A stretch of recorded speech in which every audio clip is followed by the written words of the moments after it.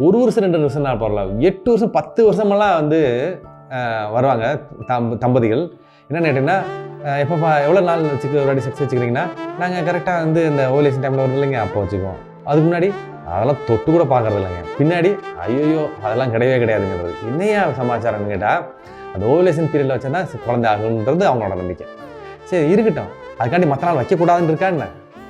எப்படி வந்து மனிதன் அப்படி வந்து ஃப்ரீஸ் ஆகி போயிருக்கான்னு மட்டும் பாருங்கள். சரி, அப்போது ஒரு காரியத்தோடு செஞ்சு தானே எல்லாம் கெடுத்துக்குது. இங்கே இருங்க, ஒரு அடிப்படை தத்துவம் இருக்குது, நல்லா பண்ணுது.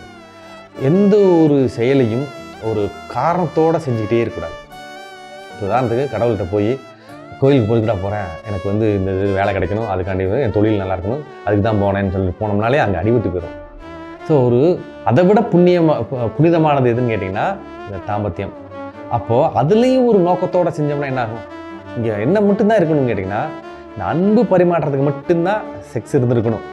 அதை விட்டுட்டு செய்கிறதுக்கு முன்னாடியே டைம் பார்த்து நேரம் பார்த்து டைம் ரைட்டு ஓவலேஷன் ஆகிருக்கு, ரெடியாக இருக்கும், இப்போ பண்ணோம்னா குழந்தை ஆயிரும் நினச்சிட்டு பண்ணோம்னா மொத்தமும் போச்சு. ஸோ எதுவுமே இல்லாமல் இந்த தாம்பத்தியத்தை மட்டும் அல்லது அன்பு பரிமாற்றத்தை மட்டும் இங்கே நோக்கமாக வச்சுட்டு தாம்பத்தியத்தில் ஈடுபட்டோம்னா குழந்தை நிச்சயம் கிடைக்கும்.